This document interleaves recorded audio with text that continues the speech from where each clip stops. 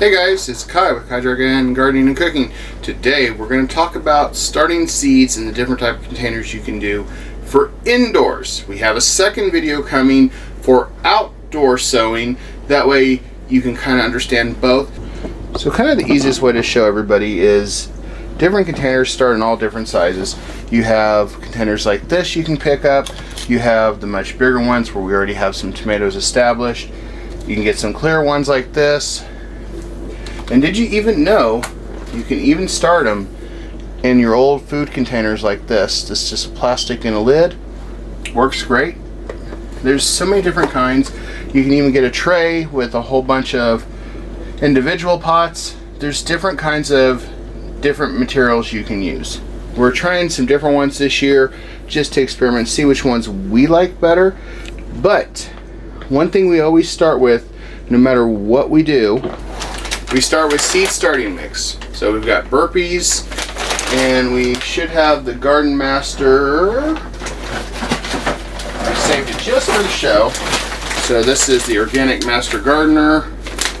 And then we've also got Jiffy, which is another name brand. These are all seed starting mixes that we use to start all our seeds that we do when we're getting everything together. So what you want to do is you want to get the soil nice and wet. And we've got to water a little bit more of this because we just added some more to this. But you want it nice and damp, but you don't want to be able to just squeeze water out. You want it just where it is nice and wet to start, because you're going to add a little bit of water to it later, and we'll kind of show that step by step. And the most important thing that you want to consider is what brand do you like. It doesn't really matter. We've used them all, and they all work for growing seeds. It's just really important thing. Do not use potting soil. You must use seed starting mix or sow directly in the ground. There's no ifs or buts about that.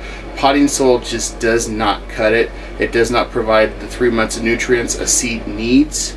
And this is usually coconut coir mixed with a whole bunch of different fertilizers, food supplies. We're going to focus in on this tray right here today. And we're going to go ahead and put specific seeds into that. So we're going to go with Burpee's Veranda tomatoes. These are really nice. They're for like your porches. They're great for those little shelves that we had last year. They only grow up to a square foot and they do a good harvest.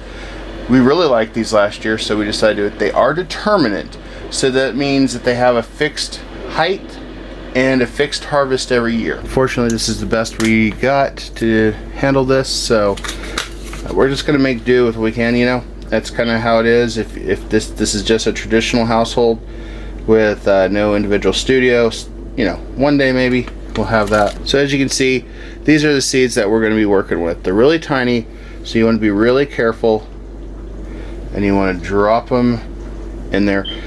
I think it's safe to usually do 2 per little square, because you're likely going to have survival of the fittest, as in some plants just don't make it. They just don't do well. So it's good to sometimes have it. If you have 2 good ones in there, then the best thing you can do is just take it and move it to a bigger container. We've had that happen before. There's a lot of things that you can do with this. Now I like to use just your standard toothpick. And what we're going to do, there's a little bit of a pointy end on the seed. We're going to try to push it down. Usually go 1/4 of an inch, maybe 1/2 an inch, depending on this, how deep they say they want it. So you gotta remember, you don't have a lot of space. The purpose of this is to get it started, get it established, get the roots down into it, and then transplant it outside or into a bigger container. Sometimes you may go through multiple stages, unless you have a lot of real estate where you can have a ton of large containers already ready to go, or you already have an established greenhouse. Sometimes it's just not that easy. And so as you can see, all I'm doing is just lightly pushing down the seed, and all we're going to do is just carefully work the seed each time right down in here. And then what I like to do is just smooth out the dirt here Not press too hard. You're just gonna lightly pat it down. Make sure you don't have any other seeds sticking up. And that's what it should look like when you're done. Next thing is, I like to get just a little bit of water. Just your standard old water in a spray bottle. And you're gonna lightly just get a little bit of extra water in here. You're not gonna go too crazy with it. You're just wanting to moisten it just a little bit, because you'll add water to them later on once they're done germinating and you're starting. You're going to add water here and there. And the cool thing is we got this set up, so we're going to place our nifty little sign here to say what it is right here carefully. And then a lot of times they come with lid. These have lights built into them, so when they're already germinated, we can switch to turning on lights with the USB. These are something new we have not used before, so we're going to try experiment that. Make sure the lid's shut, and then you can put this on the heat mat, or you can put it on your grow shelf. We've been putting all ours on the heat mat to get them started a little quicker. Okay guys, in just a few days on the heat mat, we have already got numerous tomatoes already popping up here. And as you can see, with our grow light system, with our grow light system, as you can see, we have enough there. This one here is leaning a little bit towards there, so we're gonna have to probably readjust this, maybe get some more lights. That's why we have these back up here to help assist. Nothing's came up here, but you got to check each one, because you got to keep an eye on this, especially if you're using some type of plastic over them. As you can see, we got more of these coming up here. So this is a San Marzano tomatoes, and we got the nice little humidor here for it. So once they're set, we can go from there. So it's very important to check each of these.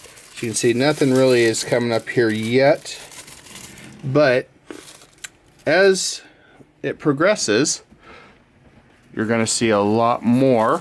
So such as our early girls here, they just sprouted today. You just got to keep an eye on everything as we go, and be sure to pull back the plastic once they're up, and then you're going to want to make sure the soil stays moist.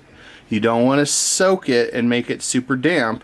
Recommend just a light spray bottle to keep this moist, because there's already a lot of water still trapped at the bottom.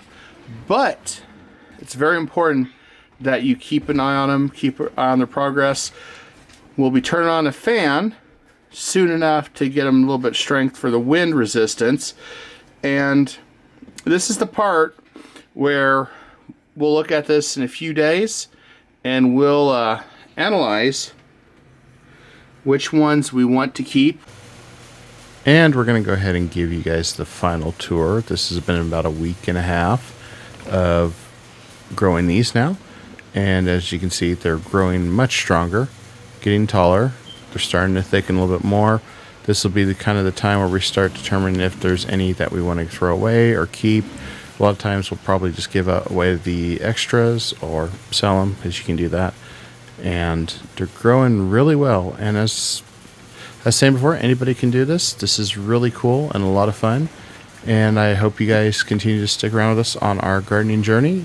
I hope these gardening tips on how to start seeds indoors comes in handy. Don't forget to like, share, and subscribe for more information. Thanks, everyone.